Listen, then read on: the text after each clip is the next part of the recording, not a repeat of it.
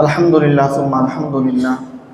অসংখ্য অগণিত শুকরিয়া আদায় করছি সেই মহিয়ান গরিয়ান সর্বশক্তিমান আল্লাহ রাব্বুল ইজ্জত ওয়াল জালালের দরবারে, যিনি অত্যন্ত মহব্বত করে আর ভালোবেসে সাপ্তাহিক জুমার দিন আল্লাহর ঘরে সবার আগে ভাগে আসার বসার, কোরআন হাদিস থেকে দিনই কিছু কথা শোনার সুযোগ করে দিয়েছেন। এজন্য সেই মহান মালিকের দরবারে লাখ কোটি শুকরিয়া আদায় করছি। মন প্রাণ উজাড় করে হৃদয়ের গভীর থেকে শুকরিয়া তার সমস্বরে পড়ে নিচ্ছে আলহামদুলিল্লাহ। অসংখ্য অগণিত দুরূদ ও সালাম, রহমত, শান্তি বর্ষিত হোক বিশ্ব মানবতার শান্তির দূত, সর্বশ্রেষ্ঠ এবং সর্বশেষ নবী ও রাসূল হযরত মুহাম্মদুর রাসূলুল্লাহ সাল্লাল্লাহু আলাইহি ওয়াসাল্লাম। মুহতারাম হাজিরিন, মুহাম্মদুর রাসূলুল্লাহ সাল্লাল্লাহু আলাইহি ওয়াসাল্লামকে নবী এবং রাসূল হিসাবে পেয়ে আমরা খুশি না বেজার? কম না বেশি? রাসূল সাল্লাল্লাহু আলাইহি ওয়াসাল্লামের আগমনে শুধু মানুষ নয়, পুরো মাখলুকাত আনন্দের আতিশয্যে খুশিতে মাতোহারা হয়ে গিয়েছিল। সর্বশ্রেষ্ঠ নবী এবং রাসূলের উম্মত আল্লাহ তাআলা আমাদেরকে বানিয়েছেন। সেই রব্বুল আলামিনের আবারও শুকরিয়া আদায় করছি, সকলে পড়ে নিচ্ছে আলহামদুলিল্লাহ। মুহতারাম হাজিরিন, বর্তমানে যে মাস চলছে এটা হলো রবিউল আউয়াল, যে মাসে আমাদের নবী এই ধরনীতে আগমন করেছিলেন। বলি না সুবহানাল্লাহ। এই মাসের প্রতি আমাদের হৃদয়ে আলাদা একটা ভালোবাসা, একটা টান আছে না নাই? কারণ প্রেমিক যখন প্রেমিকাকে ভালোবাসে, ওই প্রেমিকার সব কিছুর মধ্যেই তার আলাদা একটা ভালো লাগা কাজ করে, ঠিক কিনা বলেন? আমরা আরবি বিভিন্ন কিতাবের মধ্যে পড়েছি, আপনারাও শুনেছেন। লাইলি মজনু প্রেমের বাস্তবতা কতটুকু সেটা আমাদের জানা নাই, কিন্তু এটা সত্য যে মজনু লাইলির প্রেমে পাগল এমন হয়েছিল, লাইলির বাড়ির কুকুরকে পর্যন্ত ভালোবেসেছিল, ঠিক কিনা বলেন? ঠিক তেমনি ভাবে যারা মুহাম্মদুর রাসূলুল্লাহকে ভালোবাসবে, তিনি যে মাসে এসেছিলেন, যে জায়গায় এসেছিলেন, যে শহরে এসেছিলেন, তাকে যারা অনুসরণ করেছে, সকল কিছুর প্রতি তার একটা ভালো লাগা কাজ করবে, ঠিক কিনা বলে? এই মাসে আমাদের নবীজি দুনিয়াতে এসেছিলেন, এই জন্য এই মাসটাকে আমরা ভালোবাসি, ঠিক কিনা বলে? রাসূলের প্রতি ভালোবাসা আমাদের হৃদয়ে আছে না নাই? গত জুমায় আমরা বলেছিলাম, উমর রাদিয়াল্লাহু তাআলা স্পষ্ট ঘোষণা দিয়েছেন, ইয়া রাসূলুল্লাহ, প্রথমবার আমার ভুল হয়ে গেছে, আপনাকে সাক্ষী রেখে আমি বলছি, আমার জানের চেয়েও আপনাকে বেশি ভালোবাসি ইয়া রাসূলুল্লাহ। রাসূল বললেন, উমর, এখন তুমি পরিপূর্ণ ঈমানদার হয়েছে। বলি সুবহানাল্লাহ। আমার ভাইয়েরা, এই কথাটি রব্বুল আলামিন পবিত্র কোরআনের মধ্যে ইরশাদ করেন, আন-নাবিয়্যু আওলা বিল মুমিনিনা মিন আনফুসিহিম, নিশ্চয় নবীজি মুহাম্মাদুর রাসূলুল্লাহ মুমিনদের কাছে তাদের জানের চেয়েও বেশি প্রিয়, ঠিক কিনা? এই ঘোষণা রব্বুল আলামিন নিজে দিয়েছেন। এই ঘোষণার সাক্ষী হিসাবে আমরাও বলি, রব্বুল আলামিন আপনি সাক্ষী থাকেন, আমাদের মা বাবা বিবি বাচ্চা আমাদের জানের চেয়েও আমরা প্রিয় নবীজিকে বেশি ভালোবাসি, ঠিক কিনা? রাসূলের প্রতি এই ভালোবাসা, এটা ঈমানের দাবি। রাসূল নিজে বলেছেন, লা ইউমিনু আহাদুকুম হাত্তা আকুনা হাব্বা ইলাইহি মিন ওয়ালিদিহি ওয়া ওয়ালাদিহি ওয়ান নাসি আজমাইন। বলি না সুবহানাল্লাহ। আমার নবীজি যে মাসে দুনিয়ার মধ্যে এসেছিলেন, ওই মাসটার নাম যেন কি? রবিউল আউয়াল। আরো জোরে বলেন না কি? রবিউল আউয়াল। এখন এই রবিউল আউয়াল মাসের কত তারিখে রাসূল দুনিয়াতে এসেছিলেন এবং কি বারে এসেছিলেন? রাসূল সাল্লাল্লাহু আলাইহি সাল্লামের জন্মের দিনটা ছিল সোমবার, এটা নিয়ে কোনো ইখতিলাফ নেই। কিন্তু রাসূল সাল্লাল্লাহু আলাইহি সাল্লাম কত তারিখে জন্ম নিয়েছিলেন সেটা নিয়ে ইখতিলাফ হয়ে গিয়েছে। কারণ রাসূল সাল্লাল্লাহু আলাইহি সাল্লাম দুনিয়াতে আসার পরে এত ব্যাপকভাবে ওনার মান সম্মান, ওনার সুনাম সুখ্যাতি দুনিয়াব্যাপী ছড়িয়ে পড়বে, জন্মের সময় ওই সময়ের যারা ইতিহাসবিদ ছিল তাদের কি জানা ছিল? আর জোরে বলেন, জানা ছিল না। যার কারণে রাসূলের জন্মের তারিখটা ওইভাবে সংরক্ষণ করা যায় নাই। বিভিন্ন ঐতিহাসিকগণ বিভিন্নভাবে মিলিয়ে ঝুলিয়ে এক একটা তারিখ ওনারা উপস্থাপন করেছেন। কেউ বলেছেন 8 তারিখে রবিউল আউয়াল মাসের, কেউ বলেছেন 9, কেউ 10, কেউ 12, কেউ আবার 17।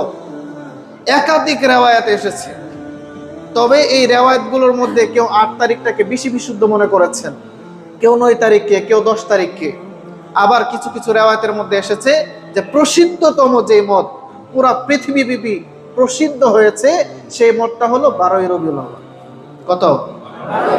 12ই রবিউল আউয়াল, যেটা হচ্ছে আগামীকালকে। আজকে 11ই রবিউল আউয়াল, আগামীকালকে 12ই রবিউল আউয়াল। রাসূল সাল্লাল্লাহু আলাইহি সাল্লাম 12ই রবিউল আউয়ালে জন্মগ্রহণ করেছেন, এই সম্ভাবনা আছে। 11তে হয়েছে, এটারও আছে। 10-এ, 9-এ, 8-এ, এই সম্ভাবনাগুলো আছে। বিশুদ্ধ মত হলো 8 তারিখ, আর প্রসিদ্ধতম মত হলো 12 তারিখ। বিষয়টা ক্লিয়ার তো আপনাদের কাছে? তাহলে বিশুদ্ধ মত হলো কত? 8, আর প্রসিদ্ধ মত হলো 12 তারিখ। রাসূল সাল্লাল্লাহু আলাইহি সাল্লাম দুনিয়াতে যেই বারেই আসুক, যেই দিনই আসুক, যখনই আসুক, রাসূল সাল্লাল্লাহু আলাইহি সাল্লামের আগমনে পুরা পৃথিবীবাসী খুশি হয়েছিল। আমরাও খুশি না ভেজা? আরো জোরে বলতে হবে। রাসূল সাল্লাল্লাহু আলাইহি সাল্লাম যখন দুনিয়ার মধ্যে তাশরিফ আনলেন, ওনাকে সর্বপ্রথম দেখতে যান ওনার দাদা খাজা আব্দুল মুত্তালিব, ওনার মা আমেনা। উনি বলেন, দেখেন আপনার ফুটফুটে সুন্দর একজন নাতি হয়েছে। বলি না সুবহানাল্লাহ। আমার ভাইয়েরা, খাজা আব্দুল মুত্তালিব যখন আমার দয়াল নবীকে কুলের মধ্যে নিলেন, এতটা খুশি হয়ে গেলেন, এতটা আনন্দিত হয়ে গেলেন। দুনিয়ার জীবনে আমরা যখন প্রথম দাদা হই, নানা হই, আমাদের মনের মধ্যে আনন্দ আসে কি আসে না? এমন আনন্দের আতিশয্যে এমন আনন্দিত হলেন, ছোট্ট শিশু মুহাম্মদুর রাসূলুল্লাহ সাল্লাল্লাহু আলাইহি ওয়াসাল্লামকে কোলে করে নিয়ে কাবার চত্বরে চলে গেলেন।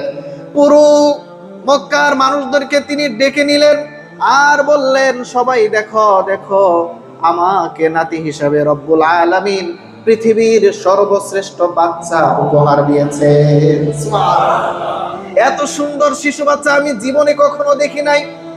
মক্কার কাফেররা পর্যন্ত সাক্ষী দিয়েছে সেদিন, মুহাম্মদুর রাসূলুল্লাহর মতো এত সুন্দর শিশু পৃথিবীতে ইতিপূর্বেও কেউ আসে নাই, কিয়ামত পর্যন্ত আর কেউ আসবে না। বলে সুবহানাল্লাহ। আর তিনি বললেন, যেহেতু আমেনাকে স্বপ্নে দেখানো হয়েছে, তার নাম রাখা হবে মুহাম্মদ, তার নাম রাখা হবে আহমদ, যে নামগুলো ইতিহাসে ইতিপূর্বে কোনো মানুষের জন্য রাখা হয় নাই। এমন নাম আল্লাহ তাআলা রাসূলের জন্য সংরক্ষণ করেছেন যে এই নামটাই ইতিপূর্বে কোনো মানুষের জন্য আল্লাহ তাআলা রাখার সুযোগ রাখেন নাই। বলে না সুবহানাল্লাহ। তখন তিনি আল্লাহর কাছে দোয়া করেছিলেন, আল্লাহ আমার এই শিশু নাতিকে দুনিয়ার সকল হিংসুকদের হিংসা থেকে, সব ধরনের ষড়যন্ত্রকারীর ষড়যন্ত্র থেকে আপনি তাকে হেফাজত করবেন। আল্লাহ আমার এই নাতির বাবা নাই, আল্লাহ আপনার কুদরতি হাতে আমি মুহাম্মদকে হাওলা করে দিলাম, সব ধরনের চক্রান্ত থেকে আপনি তাকে হেফাজত করবেন। মৃত্যু পর্যন্ত রাসূল সাল্লাল্লাহু আলাইহি সাল্লামকে আল্লাহ তাআলা হেফাজত করেছেন। বলে সুবহানাল্লাহ। শুধু তাই নয়, আবুল আহাব যেই লোকটা মুসলমান হয় নাই, রাসূল যখন দাওয়াত দিয়েছিলেন, আবুল আহাব বড় নাখুশ হয়েছিল আর বলেছিল, মুহাম্মদ তুমি ধ্বংস হয়ে যাও। সেই আবুল আহাবকে যখন মুহাম্মদুর রাসূলুল্লাহ সাল্লাল্লাহু আলাইহি ওয়াসাল্লাম জন্মগ্রহণের সংবাদ নিয়ে আবুল আহাবের দাসী যখন সুয়াইবা আবুল আহাবের কাছে যাই, গিয়ে বললে, আপনার ভাতিজা হয়েছে। আবুল আহাব মুসলমান নয়, ঈমানদার নয়, তারপরও এত আনন্দিত হয়েছিলেন। সুয়াইবাকে বললেন, এত সুন্দর সুসংবাদ তুমি আমাকে দিলা, শোনো, আজকের পর থেকে তুমি আর আমার দাসী নও, বরং সুয়াইবারে আমি তোমাকে আজাদ করে স্বাধীন করে দিলাম। সুবহানাল্লাহ। যার কারণে আবুল আহাব কাফের অবস্থায় মারা যাওয়ার পরে কবরের মধ্যে যখন চলে যায়, মৃত্যুর পরে তার অবস্থাটা কি রকম ছিল, তার পুরো দেহের মধ্যে এইরকম ভাবে জাহান্নামের আগুন জ্বলতেছে। কিন্তু আবুল আহাব স্বপ্নের মধ্যে বলেন, ওই যে মুহাম্মদ সাল্লাল্লাহু আলাইহি ওয়াসাল্লামের জন্মে আমি বড় খুশি হয়েছিলাম, সুহাইবাকে আজাদ করে দিয়েছিলাম, ওই একটা মাত্র ভালো আমলের কারণে রব্বুল আলামিন আমার একটি আঙ্গুলের মধ্যে মেশকে আম্বরের মতো সুগ্রাম যুক্ত মধুর নহর আল্লাহ তাআলা চালু করে দিয়েছেন। ওই একটা আমলের কারণে আল্লাহ তাআলা এটা আমাকে দিয়েছেন। যখন প্রচন্ড রকমের কষ্টে ভুগি, ওই আঙ্গুল থেকে ওই পানির মতো ওই মধুর মতো মিষ্টি জিনিসটা আমি চুষতে থাকি, কিছুটা আরাম পাই। এক বর্ণনা, আরেক বর্ণনায় এসেছে যে ওনার পুরা দেহের মধ্যে আগুন টকবক করে জ্বলে, কিন্তু পায়ের মধ্যে একটা ভালো আরামদায়ক জুতা পরানো হয়েছে। বিভিন্ন রিওয়ায়াতে বিভিন্ন ভাবে এসেছে, কিন্তু এটাই স্পষ্ট যে মুহাম্মদুর রাসূলুল্লাহ সাল্লাল্লাহু আলাইহি ওয়াসাল্লামকে যারা ভালোবাসবে তাদের ফজিলত দুনিয়ার মধ্যে আছে না নাই? মৃত্যুর পরে আছে না নাই? আমার ভাইরা, রাসূল সাল্লাল্লাহু আলাইহি ওয়াসাল্লামের আনন্দে, আগমনের আনন্দে সকলেই খুশি হয়েছিল, আমরাও খুশি হয়েছি। শুধু নির্দিষ্ট একদিন নয়, সারাটা দিন, সারাটা জীবন, যতদিন মুহাম্মদুর রাসূলুল্লাহ সাল্লাল্লাহু আলাইহি সাল্লামের উম্মত হিসাবে আমাদের নাম থাকবে, ততদিন আমরা প্রতিটা মুহূর্তে খুশি থাকবো। ঠিক কিনা বলে? নাকি একদিন মিছিল মিটিং খুব করব, হালুয়া রুটি খাওয়ার পরে আর ওনার আদর্শের কোনো খোঁজ নাই? এরকম ভণ্ড বেদাতি আশিক রাসূল আমাদের সমাজে আছে না নাই? আমার ভাইরা, এগুলোর সাথে ইসলামের কোনো সম্পর্ক নাই। সারাটা বছর কোনো খোঁজ নাই, রাসূলকে নিয়ে অবমাননা হয়, কোনো খোঁজ নাই, মিছিল মিটিংয়ের কোনো দরকার নাই। কিন্তু যখনই বার রবিউল আউয়াল আসে, হালুয়া রুটি মিষ্টি নিয়ে বিশাল আকারের রেল নিয়ে জশ্নে জুলুসের মধ্যে নেমে যায়। এরকম বেদাতি আমাদের সমাজের মধ্যে আছে না নাই? আমার ভাইয়েরা, সাবধান। ওরা কি নাম দিয়েছে? মিলাদুন নবী। কি নাম? আরো জোরে বলেন না, কি নাম দিয়েছে? আপনারা কষ্ট পাইতেছেন নাকি? কষ্ট পাইলেও আমার কিছু করার নাই, না পাইলেও কিছু করার নাই। সত্য যেটা সেটা আমাকে বলতেই হবে। ঠিক কিনা বলে? ওরা নাম দিয়েছে ঈদে মিলাদুন নবী। পুরো নামটা আজকে আপনাদের সামনে একটু ব্যাখ্যা করুন। কি নাম দিয়েছে? ঈদে মিলাদুন নবী। ইসলামে বলেন তো, শরীয়তে ঈদ কয়টা? এত আস্তে কেন? ঈদ কয়টা? عن أنس رضي الله تعالى عنه قال قدم رسول الله صلى الله عليه وسلم المدينة ولهم يومان يلعبون فيهما فقال رسول الله صلى الله عليه وسلم ما هذان اليومان قالوا كنا نلعب فيهما في الجاهلية قال رسول الله إن الله قد أبدلكم بهما خيرا منهما يوم الأضحى ويوم الفطر। আনাস রাদিয়াল্লাহু তাআলা আনহু বর্ণনা করেন, রাসূল যখন সফর করে মদিনায় গেলেন, যাওয়ার পরে দেখলেন সেখানের যুবকরা, সেখানের মানুষজন 2 দিন আনন্দ উদযাপন করেন। রাসূল বললেন, এই দিনটা তোমরা কেন উদযাপন করো? তারা বলল, ইয়া রাসূলুল্লাহ, জাহিলিয়াতের যুগ থেকে এই 2টা দিনে আমরা আনন্দ উদযাপন করি। রাসূল বললেন, এই 2 দিন বাদ এই 2 দিনের চেয়ে উত্তম 2টি দিন রব্বুল আলামিন তোমাদেরকে দিয়েছেন।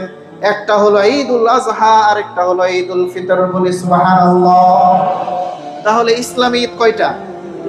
আরো জোরে বলতে হবে, কয়টা? 2টা।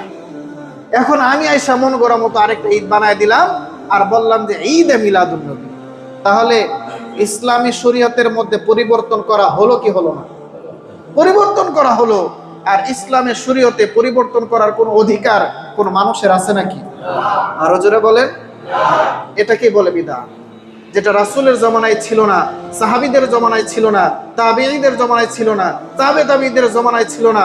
এমন কোন জিনিস যদি কেউ নতুন করে আবিষ্কার করে শরীয়তের নামে, ভালোবাসার নামে, আশিক রাসূলের নামে, সেটার সাথে ইসলামের কোনো সম্পর্ক নাই, বরং সেটা বেদাতি কর্মকাণ্ড বলে বিবেচিত হবে। ঠিক কিনা বলেন?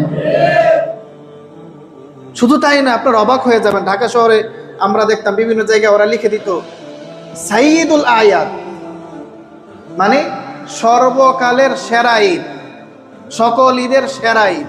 মানে রাসূল যে 2 ঈদ আমাদেরকে দিয়ে গিয়েছেন ওইটা সেরা না, ওরা যে ঈদ বানাইছে ওইটা সেরা। নাউজুবিল্লাহ বলবেন না?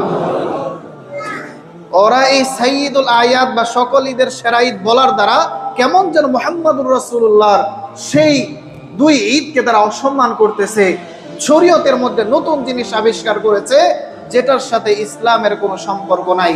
ঠিক কিনা বলেন? আমার ভাইয়েরা, রাসূল সাল্লাল্লাহু আলাইহি সাল্লামের জন্মে পুরা দুনিয়া খুশি হয়েছিল, আমরাও খুশি হয়েছি। শুধু একদিন নয়, মুহাম্মদুর রাসূলুল্লাহর উম্মত হিসেবে দুনিয়াতে যেদিন আমরা আগমন করেছি, মৃত্যু পর্যন্ত সব সময় আমরা খুশি। ঠিক কিনা বলেন? নাকি একদিন খুশি না সব সময়? সব সময় আমরা খুশি। কাজে এই খুশি এটা প্রকাশ করতে হবে কিভাবে? মুহাম্মদুর রাসূলুল্লাহ সাল্লাল্লাহু আলাইহি ওয়াসাল্লামের যে সিরাত আছে, ওনার যে চরিত্র আছে, ওনার রেখে যাওয়া কোরআন এবং হাদিস আছে, সেগুলোকে আমাদের জীবনে বাস্তবায়ন করতে হবে। শুধুমাত্র মুহাব্বতের নাম দিয়ে 12ই রবিউল আউয়াল আসলে বিশাল আকারের র্যালি করলাম, জশ্নে জুলুস করলাম, সিন্নি ফিন্নি এরকম ভাবে হালুয়া রুটি খুব খাইলাম, পরের দিন থেকে রাসূলের সুন্নাহ দাড়ি নাই, রাসূলের সুন্নাহ এরকম টুপি নাই, মেসওয়াক নাই, নামাজ নাই, কিচ্ছু নাই, এইরকম ভণ্ড মানুষ জীবনে কোনোদিন আশিক রাসূল হতে পারে না। ঠিক কিনা বলে? আমার ভাইরা, এবার আসি এই যে মিলাদুন নবী, এটার শুরুটা কখন হয়েছিল? 300 হিজরিতে। বলেন কত হিজরিতে?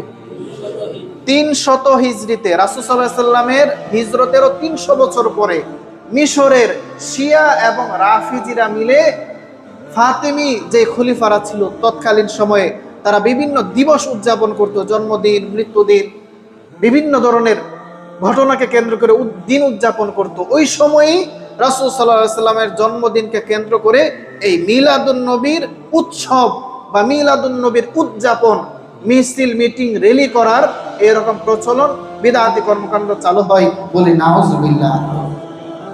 300 হিজরিতে চালু হয়ে 600 হিজরি পর্যন্ত প্রায় আরো 300 বছর সংক্ষিপ্তভাবে চলেছে।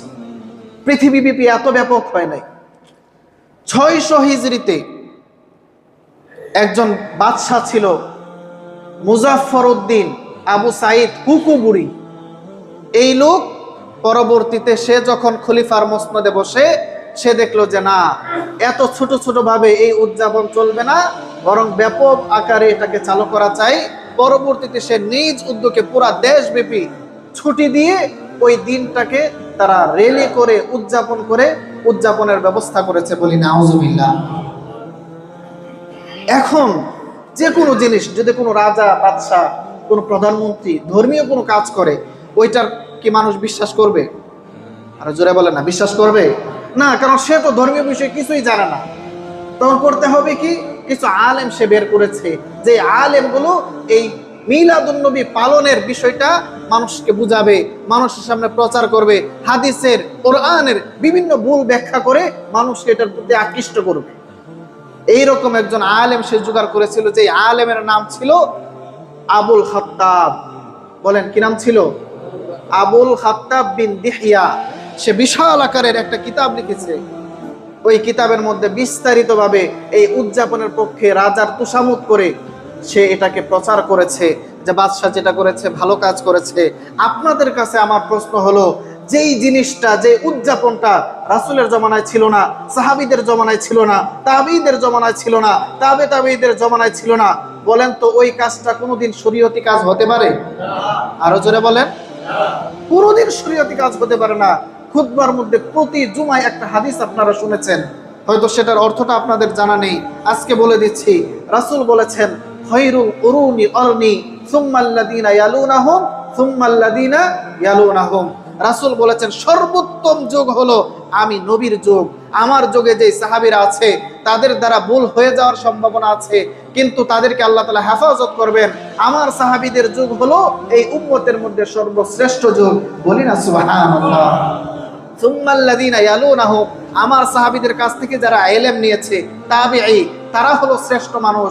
তাবেঈদের কাছ থেকে যারা ইলম নিয়েছে, তাবেঈ, তারা হলো শ্রেষ্ঠ মানুষ। সাহাবী, তাবেঈ, তাবেঈ, এই 3 শ্রেণীর মানুষের পৃথিবী থেকে চলে যাওয়ার পরে আরো 300 বছর পরে, 600 বছর পরে যেই জিনিসের উদ্ভাবন হয়েছে, সেই জিনিস কোনোদিন শরীয়তের জিনিস হতে পারে না। ঠিক কিনা বলে? এখন আপনারা অনেকে প্রশ্ন করবেন, হুজুর এটা তো রাষ্ট্রীয়ভাবে, সরকারিভাবে অনুমোদন দেওয়া হয়েছে, সরকারিভাবে ওই দিনটা ছুটি থাকে, সরকারিভাবে এই দিনে বিভিন্ন উদ্যোগ নেওয়া হয়। আপনাদের কাছে আমার প্রশ্ন, বলেন তো সরকারিভাবে যদি মদের লাইসেন্স দেওয়া হয়, সেটা কি হালাল হয়ে যায়? আরো জোরে বলেন। হালাল হয়ে যাবে? সেটা হারাম, হারামই। সরকারিভাবে লাইসেন্স প্রাপ্ত মদের বার বাংলাদেশে আছে না নাই? তার মানে কি হালাল হয়ে গেছে? না। এজন্য ঈদে মিলাদুন নবী সরকারিভাবে ছুটি দিলেই সেটা হালাল হয়ে যাবে না, বরং সেটা বেদাত। আমাদের পক্ষ থেকে চূড়ান্ত কথা এটাই থাকবে, ঠিক কিনা বলেন? এখন আপনি প্রশ্ন করতে পারেন, হুজুর তার মানে আপনি মনে হয় রাসূলের আগমনে খুশি না, এই জন্য আপনি ঈদে মিলাদুন নবী পালন করেন না। এরকম অপবাদ দেওয়ার মতো লোক সমাজে আছে না নাই? আমার ভাইয়েরা, শুরুতেই আপনাদেরকে বলেছি, শুধুমাত্র একদিন রাসূলকে ভালোবাসা প্রকাশ করব এরকম মুসলমান আমরা হতে চাই না, বরং জীবনের প্রতিটি মুহূর্তে রাসূল সাল্লাল্লাহু আলাইহি সাল্লামকে ভালোবাসবো, তার সুন্নাহকে আঁকড়ে ধরবো, এই রকম প্রকৃত আশিক রাসূল হতে চাই। রাজি আছেন তো ইনশাআল্লাহ? আরো জোরে বলেন না ইনশাআল্লাহ?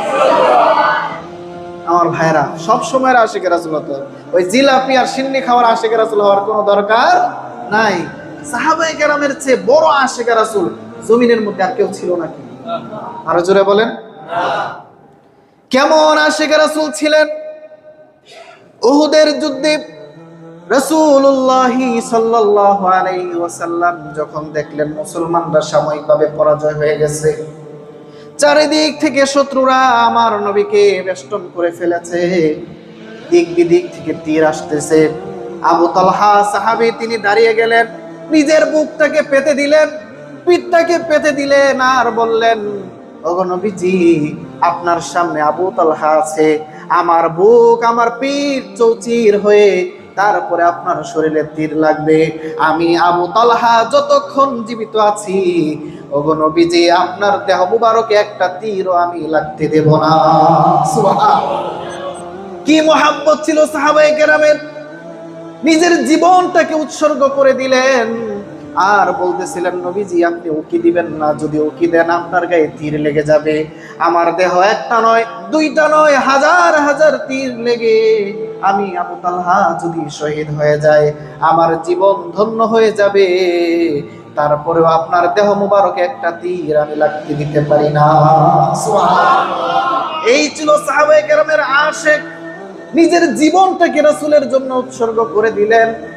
শুধু তাই নয় আমার ভাইয়েরা, আপনারা প্রসিদ্ধ ঘটনা জানেন, প্রসিদ্ধ ঘটনা, রাসূল সাল্লাল্লাহু আলাইহি ওয়াসাল্লাম যখন তায়েফের ময়দানে গেলেন, তায়েফের সেই জায়গাগুলো ভিডিওতে দেখেছি, যখন রাসূল দাওয়াত দিচ্ছিলেন, সেখানের কাফের ওই যুবকরা তেড়ে আসছে, রাসূলকে পাথর মারতেছিল। যায়েদ বিন হারেসা বলেন, আমি ডানে যাই, বামে যাই, সামনে যাই, পেছনে যাই, রাসূলকে রক্ষা করার জন্য আমার দেহটাকে উৎসর্গ করে দিয়েছি বলে সুবহানাল্লাহ। জীবনের প্রতিটি মুহূর্তে যখনই রাসূলের কোনো বিপদ এসেছে, মুসিবত এসেছে, সাহাবায়ে কেরাম নিজেদের জীবন দিয়ে রাসূলকে রক্ষা করেছেন, ঠিক কিনা? আমার ভাইয়েরা, সাহাবায়ে কেরামের চেয়ে বড় আশিক রাসূল এই জমিনের মধ্যে কেউ ছিল না। কেউ যদি দাবি করে সাহাবীদের মতো, সাহাবীদের চেয়ে বড় আশিক রাসূল আমি হয়ে গেছি, আমি বলবো ওই ব্যক্তিটা প্রকৃত আশিক রাসূল নয়, ওই লোকটা আসলে ভণ্ড রাসূল, ভণ্ড আশিক, ঠিক কিনা? ভণ্ড আশিক। প্রকৃত আশিক রাসূল সাহাবীদের চেয়ে বেশি আশিক জমিনের মধ্যে কেউ ছিল না, কেউ হতেও পারবে না, ঠিক কিনা বলেন? এখন আপনাদের কাছে প্রশ্ন, বলেন তো, সাহাবায়ে কেরাম রাসূলের জন্মদিন পালন করেছেন? তাবেঈ 300 বছর পর্যন্ত কেউ পালন করে নাই। এখন 300 বছর পরে আইসা, 600 বছর পরে এসে আপনি দাবি করলেন যে না, আমি রাসূলের সবচেয়ে বড় আশিক রাসূল। যারা এর বিরোধিতা করে তারা আশিক না, আমরা বড় আশিক রাসূল। যারা রেলি করে তারা আশিক রাসূল, যারা রেলি করে না তারা আশিক না। যারা জিলাপি সিন্নি বিতরণ করে তারা আশিক রাসূল, যারা এগুলোর বিরোধিতা করে তারা আশিক রাসূল না। তাহলে কেমন যেন তারা বুঝাতে চায় সাহাবায়ে কেরাম আশিক রাসূল ছিল না, তাবিঈরা ছিল না, তাবিঈরা ছিল না, বরং তারা আশিক রাসূল। এটা ভণ্ডামি ছাড়া আর কিছুই নয়, ঠিক কিনা বলে? আম্মা জান আয়েশা সিদ্দিকা রাদিয়াল্লাহু তাআলা আনহা চমৎকার বলেছেন, তিনি বলেন, মান আহদাসা ফি আমরিনা হাদা মা লাইসা ফিহি ফাহুয়া রাদ্দুন। আম্মা জান বলেন, ইসলামী শরীয়তে যেই কাজটা রাসূল করে নাই, সাহাবীরা করে নাই, শরীয়তের মধ্যে নাই, এই রকম কোন জিনিস কেউ যদি আবিষ্কার করে ইসলামের নামে পরিচালনা করে, ওই জিনিসটা হবে বেদাত, ঠিক কিনা? ওই জিনিসটা কি হবে? আরো জোরে বলতে হবে, কি? এই শব্দটার সাথে ভালো করে পরিচিত হন, বিদআত। কারণ বেদাতের সাথে ইসলামের কোনো সম্পর্ক নাই। রাসূল চমৎকার করে বলে গিয়েছেন, ইয়াকুম ওয়াল মুহদাসাত, আমার উম্মতেরা সাবধান, বেদাত থেকে বেঁচে থাকো। ফাইন্না কুল্লা মুহদাসাতিন বিদআ ওয়া কুল্লা বিদআতিন দালালা ওয়া কুল্লা দালালাতিন ফিন্নার। বলি নাউযুবিল্লাহ। রাসূল বলেছেন, নব আবিষ্কৃত ইসলামের নামে নতুন করে আবিষ্কার করা হয়েছে, ওই জিনিস থেকে তোমরা বিরত থাকবে। শুনে রাখো, নতুন আবিষ্কৃত বিষয় ইসলামের মধ্যে সেটা বেদাত, আর বেদাত হলো গুমরাহি, আর যারা গুমরাহিতে লিপ্ত হবে তারা সকলেই জাহান্নামে যাবে। বলি নাউযুবিল্লাহ। শুধু তাই নয়, রাসূল বলেন, আনা ফারাদুকুম আলাল হাউজ। ও আমার উম্মতেরা শুনে রাখো, যখন কিয়ামত সংঘটিত হয়ে যাবে হাসরের ময়দানে, সকলের আগে ভাগেই আনা ফারাদুকুম আলাল হাউজ, হাউজে কাউসারের সামনে গিয়ে আমি নবীজি দাঁড়িয়ে থাকবো। আর ওই হাউজে কাউসারের পানি আমার যেই উম্মতরাই আমার সামনে দিয়ে হেঁটে যাবে তাদেরকে আমি পান করাতে থাকবো। এই পানির স্বাদ এত মজা, যেই ব্যক্তি একবার ওই হাউজে কাউসারের পানি পান করবে জীবনে আর কোনোদিন সে পিপাসার্ত হবে না। সুবহানাল্লাহ। রাসূল বলেন, আমি পানি পান করাতে থাকবো। হঠাৎ করে একদল লোক আসবে আমার সামনে, তাদেরকেও পানি পান করানোর জন্য যাব। এমন সময় দেখবো আমার সামনে একটা পর্দা পড়ে গেছে। আমি বলবো, রব্বুল আলামিন, তারাও তো আমার উম্মত, তাদেরকেও আমি পান করাতে চাই, হাউজে কাউসারের পানি পান করাতে চাই। তাদের মাঝে আর আমার মাঝে আজকে পর্দা কেন পড়ে গেল? রব্বুল আলামিন বলবেন, হাবিব আমার, দুনিয়া থেকে চলে আসার পরে আপনার নামে তারা শরীয়তের মধ্যে নতুন জিনিস আবিষ্কার করেছিল, বেদাতি কাজ করেছিল। রাসূল তখন বড় রাগান্বিত হয়ে যাবেন আর বলবেন, সুহকান সুহকা লিমান গায়্যারা লিমান বাদদালা বাদি। আমার পরে শরীয়তের মধ্যে যারা নতুন জিনিস আবিষ্কার করেছিল, বেদাতি কাজ করেছিল, দূর হও, দূর হও, তোমাদেরকে আমি নবী আজকে পানি পান করাবো না। বলি না নাউযুবিল্লাহ।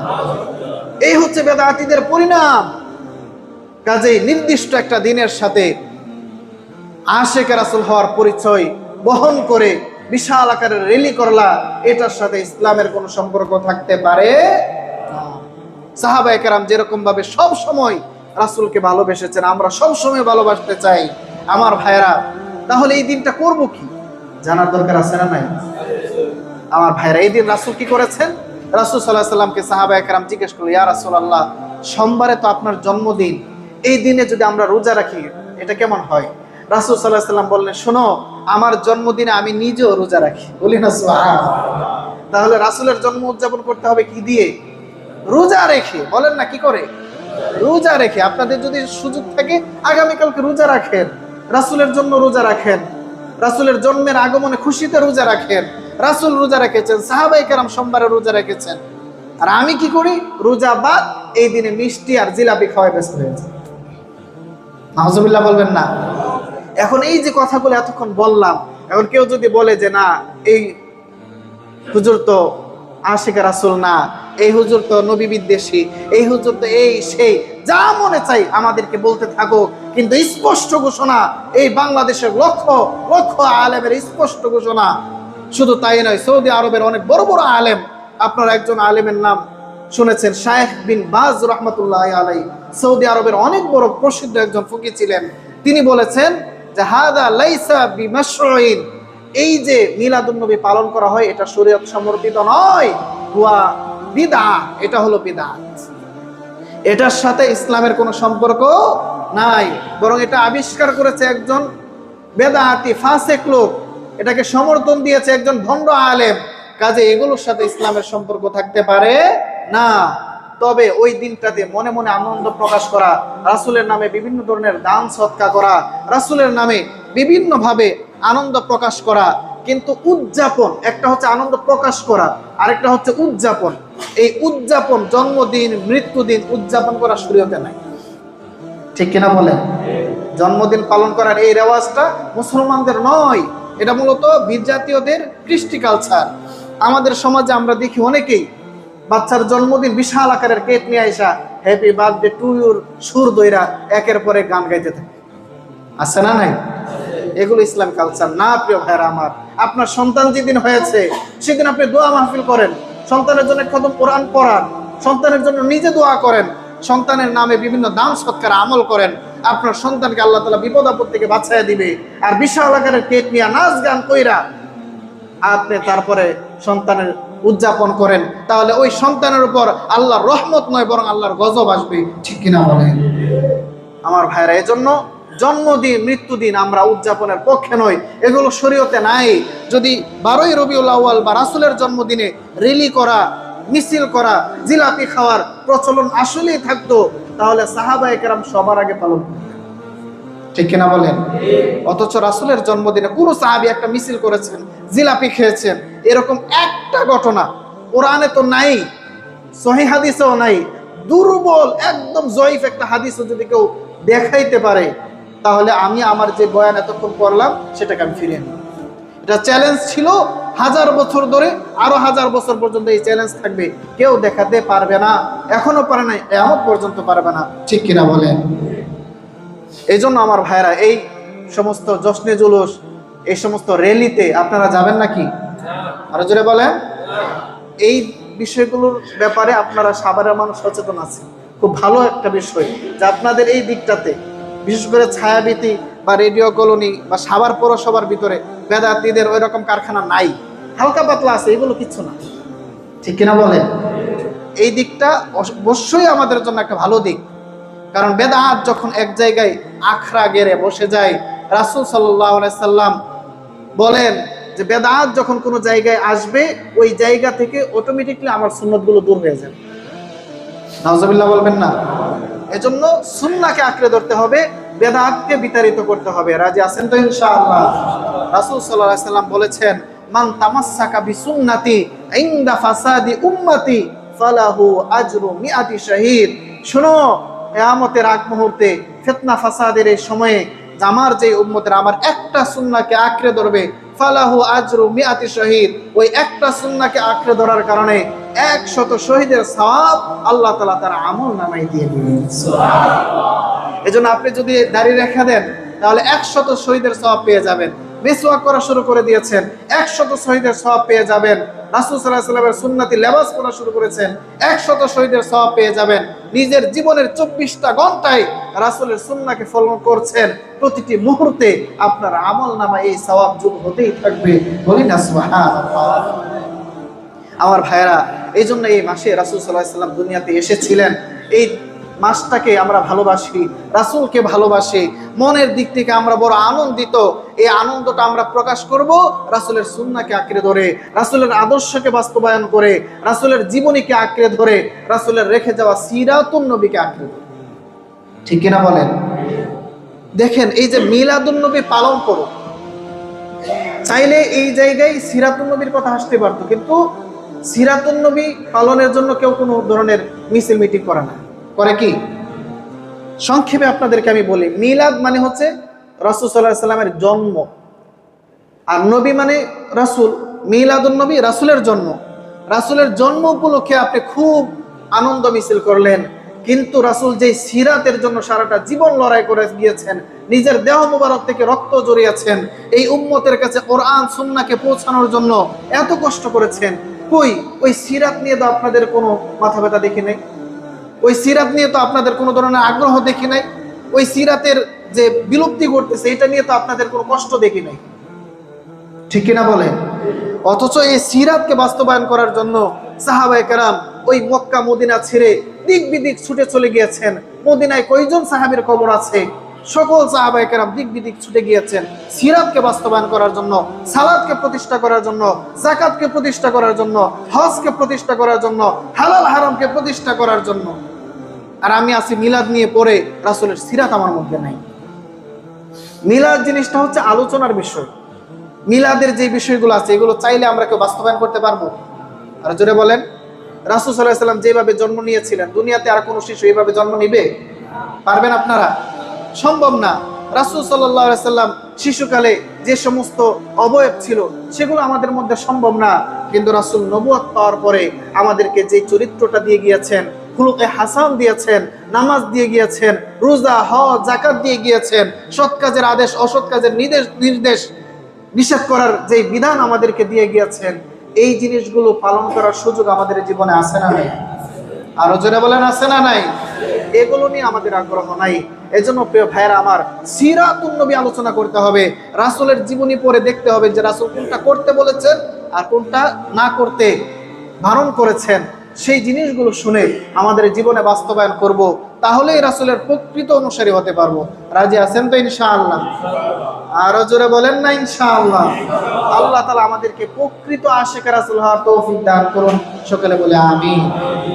আরো জোরে বলে আমিন।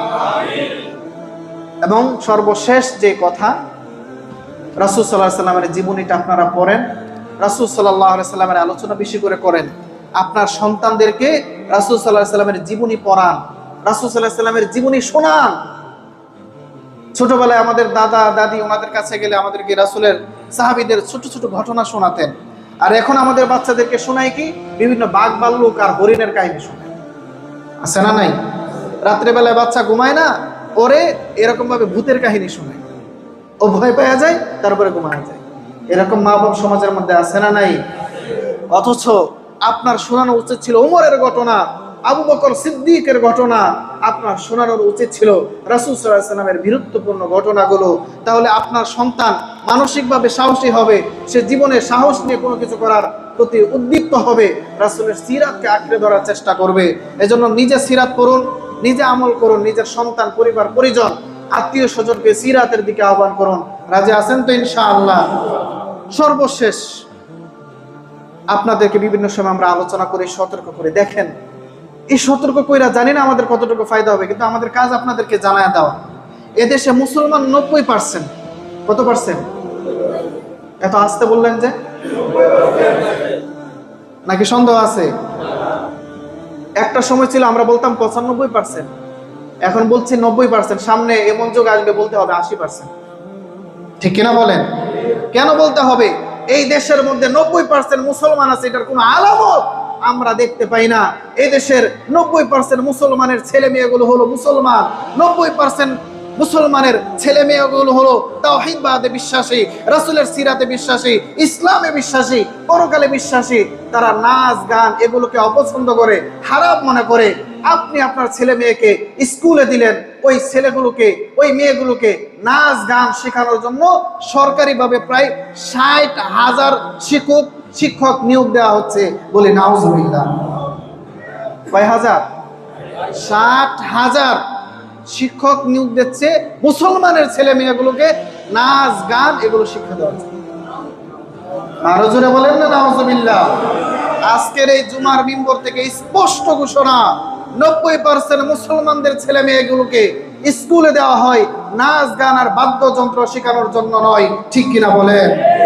ডক্টর ইউনূস সাহেবকে স্পষ্ট ভাষায় বলতে চাই, আপনি অল্প সময়ের জন্য আছেন, বিগত ফ্যাসিস্ট সরকার যেটা করতে পারে নাই এরকম ইসলাম বিরোধী কাজ আপনি করতেছেন। এদেশের মানুষের জন আকাঙ্ক্ষা হলো বাচ্চাকে কোরআন শেখানোর জন্য আলাদাভাবে ইমাম সাহেবের কাছে, মুয়াজ্জিনের কাছে পাঠাইতে হয়, আলাদাভাবে হুজুর রাখতে হয়। কেন? স্কুলে পাঠানো হয়, টাকা দেওয়া হয়, বেতন দেওয়া হয়, সেখানে 60,000 এই নাচের গানের শিক্ষকের পরিবর্তে ইসলামী শিক্ষক রেখে 90% মুসলমানের ছেলে মেয়েগুলোকে কোরআনের শিক্ষা দিতে হবে। ঠিক কিনা বলেন? স্পষ্ট ঘোষণা, আমাদের বাচ্চাদেরকে আমরা নাচ গান শিক্ষা দিতে চাই না। ঠিক কিনা বলেন? আমরা কোরআন শিক্ষা দিতে চাই, হাদিস শিক্ষা দিতে চাই। চক্রান্ত করে আমার এই ছোট ছোট ছেলে মেয়েগুলোকে কাফের বানায় দিবেন, কাফেরদের কৃষ্টি কালচার অভ্যস্ত করবেন, নাচ গান শিখাবেন, আর এদের জীবনকে ধ্বংস করে দিবেন। এই সুযোগ আমরা হতে দিব না। ঠিক কিনা বলেন? আমাদের স্পষ্ট ঘোষণা, অতি দ্রুত এই প্রজ্ঞাপন বাতিল করেন।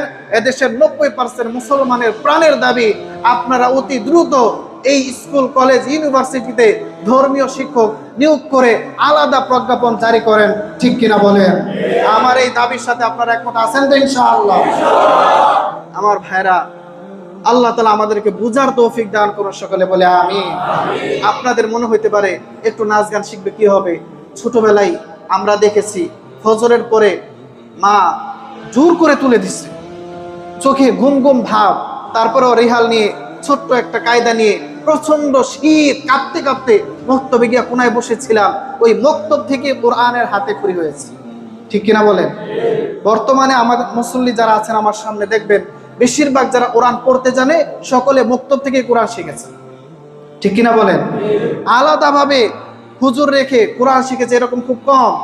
কিন্তু বর্তমানে ফজরের পরে কিন্ডারগার্টেনে পাঠিয়ে দিই, আছে না নাই? ফজরের পরে বাচ্চাগুলোকে তুইলা ঠিকই আমরা দুনিয়াবী শিক্ষার জন্য পাঠিয়ে দেই। যার কারণে হচ্ছে কি, কোরআনের শিক্ষা না থাকার কারণে, হাদিসের শিক্ষা না থাকার কারণে ওই ছেলে মেয়েগুলো নাচ গানে অভ্যস্ত হয়ে যাওয়ার কারণে মাকে মা হিসাবে, বাবাকে বাবা হিসাবে যে শ্রদ্ধা আর সম্মান করার দরকার সেই সম্মান আর করে না। ঠিক কিনা বলে? অথচ এই সন্তানগুলো যদি কোরআনী শিক্ষায় শিক্ষিত হতো, ইমাম সাহেবের কাছে এসে, মুয়াজ্জিন সাহেবের কাছে এসে, মুক্তবে এসে এই বাচ্চাটা যদি রাসূলের জীবনী শুনতো, বিভিন্ন দোয়া কালাম শুনতো, কোরআন পড়তো, তাহলে তার ভেতরে আলাদা একটা ভয় কাজ করতো। পরবর্তীতে সে যত বড় জজ হোক, ব্যারিস্টার হোক, ডাক্তার হোক, যা কিছু হয়ে যাক, জীবনে সে কোনোদিন মা বাবাকে কষ্ট দিত না। ঠিক কিনা বলে? আমার ভাইরা, এই জন্য আপনাদের এই মসজিদে কিন্তু মক্তবের ব্যবস্থা আছে, জানেন তো আপনারা? কথা বলেন না কেন?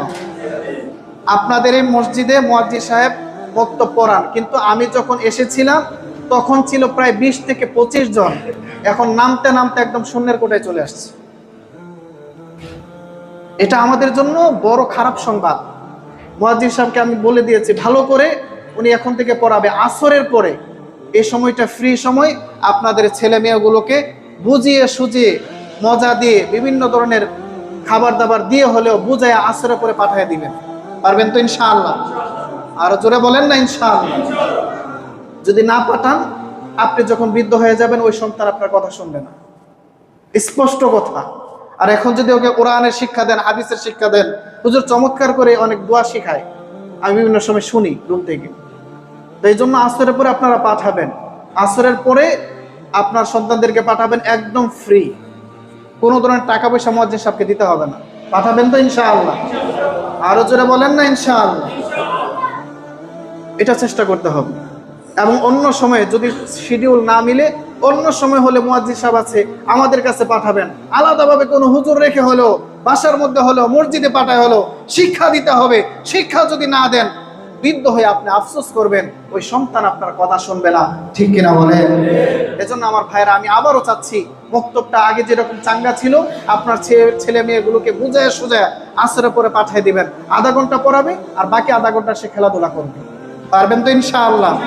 আল্লাহ তাআলা আমাদের সবাইকে বুঝার তৌফিক দান করুন, সকলে বলে আমিন। আমাদের ছেলে মেয়েগুলোকে কোরআন শিক্ষায় শিক্ষিত করুন, সকলে বলে আমিন। আমাদের আগামী প্রজন্মকে এবং আমাদেরকে রাসূলের সিরাতে আল্লাহ তাআলা আমাদেরকে আলোকিত করুন, সকলে বলে আমিন। সব ধরনের বেদাতকে বর্জন করার তৌফিক দান করেন, সকলে বলে আমিন। ওয়া আখিরু দাওয়ানা আনিল হামদুলিল্লাহি রাব্বিল আলামিন।